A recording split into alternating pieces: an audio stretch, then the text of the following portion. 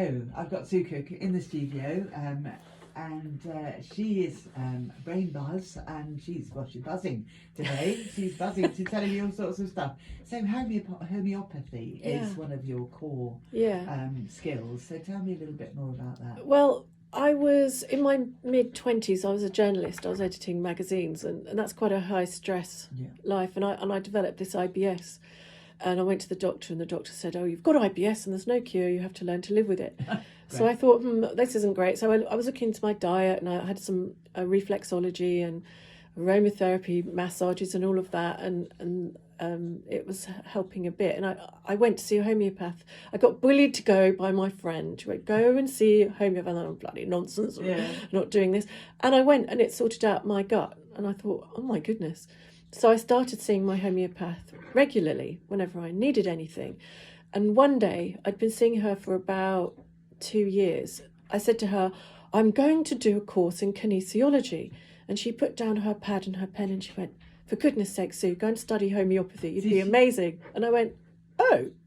And it hadn't even occurred to me. So the next thing I knew, I was on the world's first degree course in homeopathy. So I have a degree in health and specialised in homeopathy. Gosh. We were educated. Where did you study that? Was it a distance learning? It was in London, so I used to go up to the University of Westminster, where we were trained by medical doctors, basically a pre-med, and then we'd go to the homeopathy college for the homeopathy modules.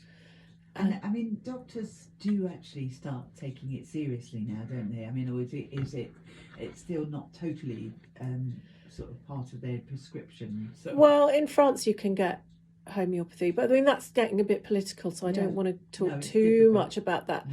But what I will say is that homeopathy is a primary healthcare, and it's also, according to the World Health Organization website, as of a couple of years ago, they've moved it now.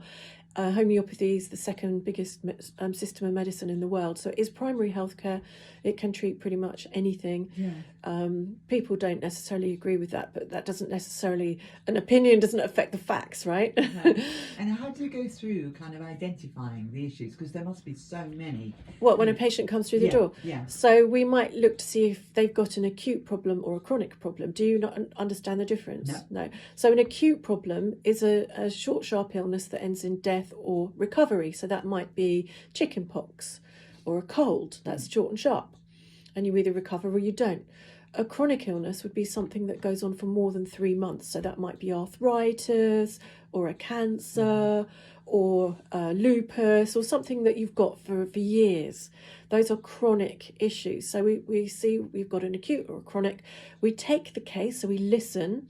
So we write down what our patient tells us about how they feel about it, how it started. And if you can get back to the start of something, the triggers, and you can, because most things start with shocks, it seems. Really? Yeah. So if you treat the shock, then you can get massive improvement immediately. Yes. I mean, probably some of your other sort of skills and disciplines must kind of feed into Absolutely. it. Anyway. So when amongst my friends, my family, you know how it is if you're just chatting to somebody, they describe something and it all comes from a trauma or a shock or something. Yeah, incredible. And so somebody comes in and says, right, that I am suffering from IBS, or I've got a stomach problem. That would at least give you a clue where to start, because otherwise there is that's an enormity of different so symptoms. We'd hear what the symptoms are with their IBS. So are they craving stimulants? Are they drinking too much coffee and too much alcohol and having sugar and staying up all night and listening to loud music? Because that would be a Nux Vom case, for example. Or if they had different symptoms, they might need a different remedy. So we have our own remedies that are tested on healthy human adult volunteers until no new symptoms arise. So we get no shocks or surprises. We know whatever we're giving, we know what it does and its pure potential effects. My goodness. I mean, it really, we were talking earlier, I just said, I sometimes get a bit itchy and a sniffy nose, and you were saying, right, well, you need to do this, we need to do this. And that's the thing, I mean, things that people put up with for most of their lives, because they're so used to having it, there's usually some kind of solution, you think. Yeah, well, I have to have the attitude that there's always a way, you just have to find it. So maybe for one patient, it might be that they need to meditate for 10 minutes every day. For others, it might be that they just need to take a remedy and they'll be okay. Yeah. Or some people might need to just change this aspect of their life. But it isn't always homeopathy. It isn't always anything in particular. So my philosophy has always been very much of do what works. It might be antibiotics. So we do what works, and we use these as tools to help us. And it isn't, in my head, a hierarchy of one thing over another. They're all tools to help us feel better about ourselves and our lives and to live a happier life. So, do you think that women are mostly open to? I mean, I'm being kind of very, genderist here. Do you think women are more open to listening about, some way of sorting out their problems, and what kind of clients do you tend to have? I don't know if it's more women or men, because I haven't really thought about it in those terms.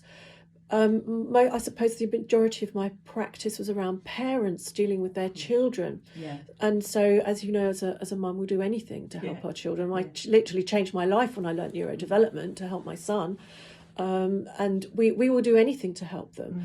The demographic of my patients is more women. The men that come tend to be really clued up. They've researched me and they have selected me. It's like when they go to buy a new car, they know everything about it. And they come to a therapist, they know everything about them. My patients will know everything about me. And one of them actually said to me recently, a man patient I was seeing, he goes, I know so much about you. And I picked you because I could find out lots of things about you. And I'm like, okay. Which is good in some ways, but you sometimes think, no, it's fine. It's fine. He isn't a danger in any way. He's not, but he just needed serious help. He needed somebody who could help him with his trauma. And so he came to me for the EMDR, and he needed somebody who could help him with all his other issues as well. So homeopathy and various other things. I've thrown the book at him. He needed everything, and that's why he came to me, because I had the skills he required. And it's so rewarding for you, isn't it, when you do see a result, that you can see that there's a change. Yeah, it's amazing. Yeah. I had my first ever patient actually over at Hoseley came with a very, very chronic, serious gut issue. And she came for her follow-up and she was completely fine. Amazing. And I'm like, how did I do that in a month? How did I prescribe something that just helped her change her life? It was amazing. But we never say that we've done it. Our patients have done it. Well, that's the thing. And they have to invest in some commitment, don't they? It's not going to be a one-way thing. You're not going to do the treatment. They have to kind of engage. Yeah, because we aren't passive factors within our health. If we can be educated about our health as a patient, then we can choose who we're going to see with an educated stance, and we are invested in the potential of healing and recovering, and we haven't absconded our responsibility to an outside person. So once we are responsible for what we're doing, I think that we cease to feel powerless. Yes. And we feel more in control of our choices and our options. And I think, when you're thinking about what we feel about the National Health Service, and you hear a lot of anger and a lot of frustration, and we have become dependent. Yeah, but the NHS is amazing. I had skin cancer, and the NHS were amazing with me. And I had anemia and needed a blood transfusion. The NHS were amazing with me. So I don't knock the NHS. My sister's a nurse. I'm really proud of what she does and who she is. My niece is a midwife. Ditto again. Really proud of them. They do amazing work. I have friends I've got loads of friends who are GPs, and again, they do amazing work. It's just different paradigms. Yes. And it's about understanding the potential of what can be achieved. And again, they're tools in the toolbox for the patient to choose from, and that is so important. Absolutely. And by educating ourselves, then we empower ourselves. And we could also take a load of pressure off the NHS by seeing alternative. Well, that's the other thing. I was thinking that, we do expect that it's going to be sorted, and we know now their resources are minimal, stretched, and not Yeah. So we've got to start thinking about other opportunities to look after ourselves. And we have it to offer. We absolutely have it to offer. Homeopathy is a primary health system, and all of the therapies we're offering over at Hoseley the Peninsula Wellness Centre, acupuncture is the biggest system of medicine in the world. And we have that. So we've got the two biggest systems of medicine in the world available to anyone who wants to come and receive them. So it's the Peninsula Wellness Centre. That's the name, and it's in Hoseley, Peninsula Wellness Centre. I did actually have a little look. I don't think their website is not up yet, sorted yet. No. But you know, I posted up.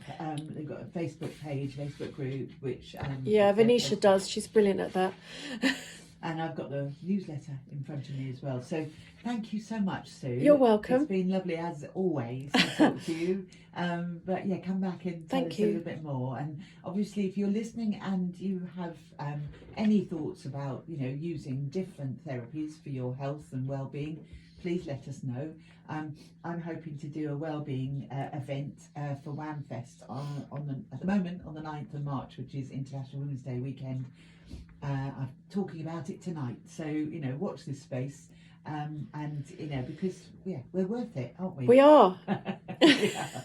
So I'm going to bring some ads in now.